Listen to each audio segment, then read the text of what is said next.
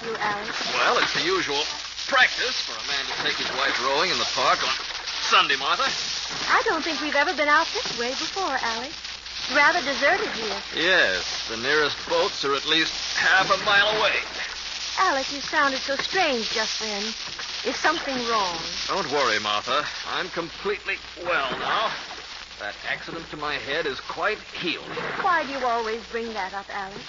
I know there's nothing wrong with you. I know that, my dear. Alec, what are you doing? That oar. Don't be melodramatic, Martha. I know what must be done. Alec, sit down. You don't know what you're doing. But I do. I do. You've kept me back long enough. Now I'll be free.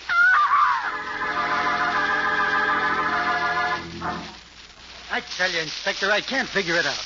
I've been a cop for 20 years, and I never ran up against a guy like this before. Cool off, Bernie. You'll blow the badge off your chest. Take it easy and let me know what's happened so far. Okay, Inspector, okay. About 3 hours ago, I got a call from the cop on duty at the park. It seemed that a dame fell out of the boat and drowned. I'm in homicide, Bernie, not the accident bureau. Where do I fit in? Well, I was just coming to that, Inspector. It seems that this guy is her husband, named Alec Blake. He was standing on the shore all the time the drowning was going on. Now, the peculiar thing is that he claimed he didn't hear her screaming or nothing. Yet some boats on the lake a half a mile away heard her scream. I still don't see. Here's the pitch. This guy says he's deaf, but I say he's not. If we can prove he's not deaf, we got him cold. Personally, I think he pushed her in. He don't look like the grieving kind to me. He claims he's deaf, eh? Hey, you! That's no good, Inspector. I've been hollering my lungs out for an hour. His face don't move a muscle. What's your name? He wrote it out for me, but he won't say it. Say, what are you going to do with that chair, Inspector? Just going to drop it behind him. Nope. His face didn't twitch a nerve. I think he's on the level after all. Wait till I shoot this gun off behind him. Stone deaf, that's all. He's stone deaf. It's strange that he's not a lip reader. Most deaf people are. He wrote out for me that he's only been deaf a short time. Short time's right. Ever since this afternoon, to be exact.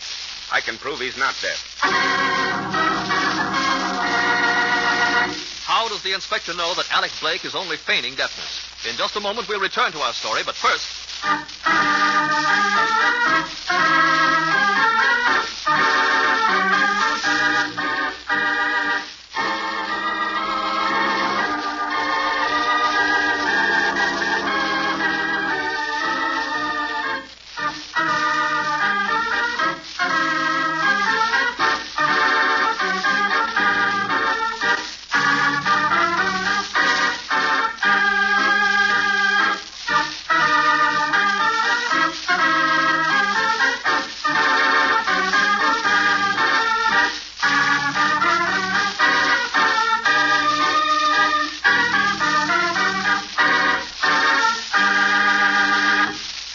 back to our story.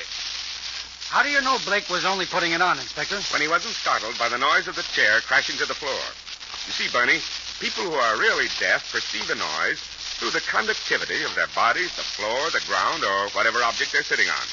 Therefore, a really deaf man would have instinctively turned his head at the perception of that unexpected noise, while a man faking deafness would not, thinking he was not supposed to hear it. You hear me now, all right, Blake. The jail is the third door to the right.